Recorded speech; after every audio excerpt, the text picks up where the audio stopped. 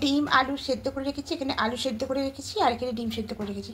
এবার একটা কড়াই বসিয়েছি, কড়াইয়ের মধ্যে কিছুটা পেঁয়াজ দেব, তার আগে একটু সামান্য তেল দেব। এবার কিছুটা পেঁয়াজ বেরেস্তা করে নেব।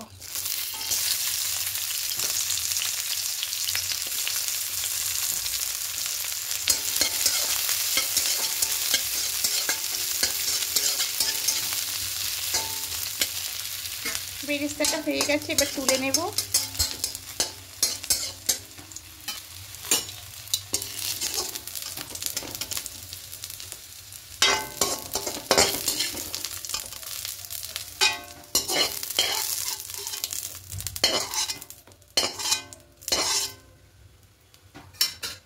এবার এখানে পেঁয়াজ আর টমেটো দিয়ে দেবো।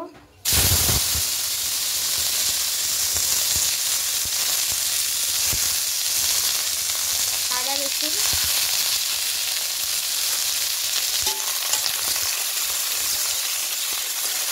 হালকা একটু ভেজে নেব।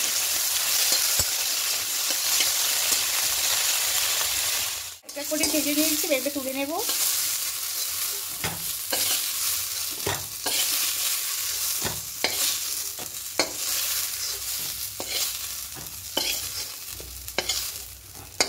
এগুলো তুলে নিয়ে ঠান্ডা করে নেব। ততক্ষণে কড়াইতে আবার কিছুটা তেল দিয়ে দেব।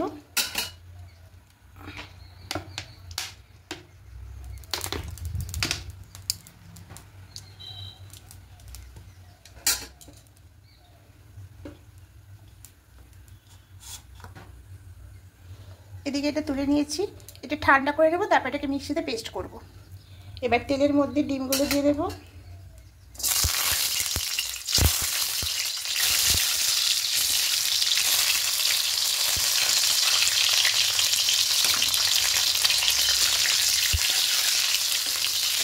একটু হালকা লাল করে ভেজে দেব। ভেজে নিয়ে তুলে নেব।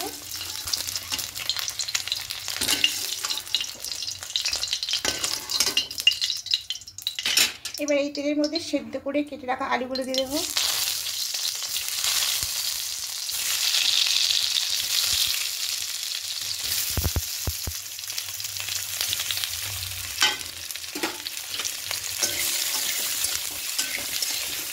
আলুগুলো একটু হালকা লাল করে ভেজে নেব।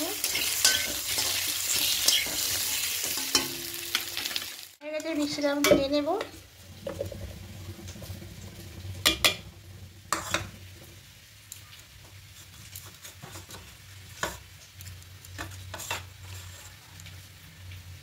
এবার নিয়ে একটা পেস্ট করে নেব। হালকা লাল করে ভাজা হয়ে গেছে, এবার আলুগুলোকে তুলে দেব।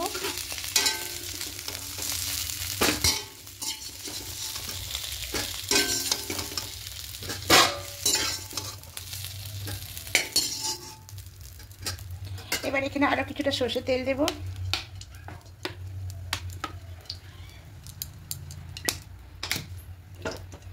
এবার এই তেলের মধ্যে গোটা গরম মশলা করে দেব, দারুচিনি, এলাচ, লবঙ্গ। মশলাটা পেস্ট করেছি না, এটা দিয়ে দেব। এখানে গুঁড়ো মশলা দেবো, ধনিয়া গুঁড়ো, জিরে গুঁড়ো আর লঙ্কা গুঁড়ো। এখানে কোনো হলুদ গুঁড়ো দেবো না। খুব ভালো করে একটু কষিয়ে নেব। জল দিয়ে, জলটা সামান্য একটু জলটা দেবো।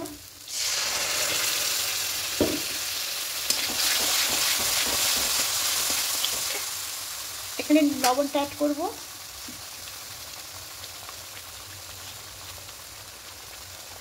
আর দেবো এখানে মিষ্টি দেবো, চিনির বদলে এখানে গুড়ের বাতাসার গুঁড়ো দেবো। এখানে আপনার চিনিটাও দিতে পারেন। দিয়ে খুব ভালো করে একটু কষিয়ে নেব। ভালো করে কষিয়ে নিয়েছি। এখানে ডিম আলু দুটোই দিয়ে দেবো একসাথে।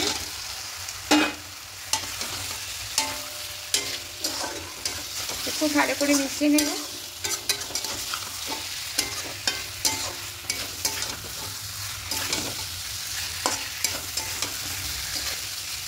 এবার ডিম আলু দিয়ে মশলার সঙ্গে একটুখানি ভালো করে কষিয়ে নেব। ভালো করে কষিয়ে নিয়ে দেখুন মশলাটা শুকনো এসছে, এবার এখানে জলটা দেবো। প্রথমে মিক্সিতে জারে জলটা দিয়ে দেবো।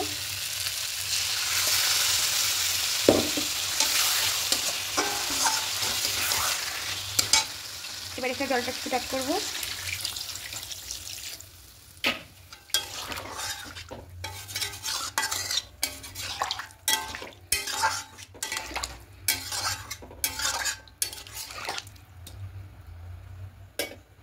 এবার ঢাকা দিয়ে ঝোলটাকে ফুটতে দেব।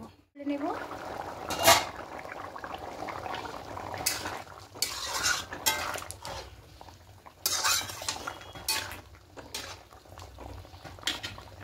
এবার আরেকটু ঝোলটাকে শুকিয়ে নেব। ঝোলটা গা মাখা হয়ে এসছে, এবার গ্যাসটা অফ করে নামিয়ে নেব।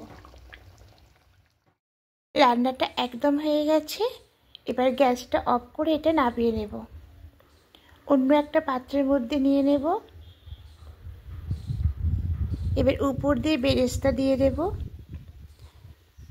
তা রেসিপিটা কীরকম লাগলো বন্ধুরা অবশ্যই কমেন্টে জানাবেন, আর একবার ট্রাই করে দেখবেন। আশা করি আপনাদেরও ভালো লাগবে। আর যারা নতুন বন্ধুরা দেখছেন এখনও পর্যন্ত সাবস্ক্রাইব করেননি, তাদের কাছে অনুরোধ রইল সাবস্ক্রাইব করে পাশে থাকার জন্য। আর যারা ইনস্টাগ্রাম ফেসবুক থেকে দেখছেন অ্যালিস দীপা পেজটাকে অবশ্যই ফলো করে দেবেন। আবার কোনো রেসিপি নিয়ে চলে আসবো। আজকের মতো টাটা।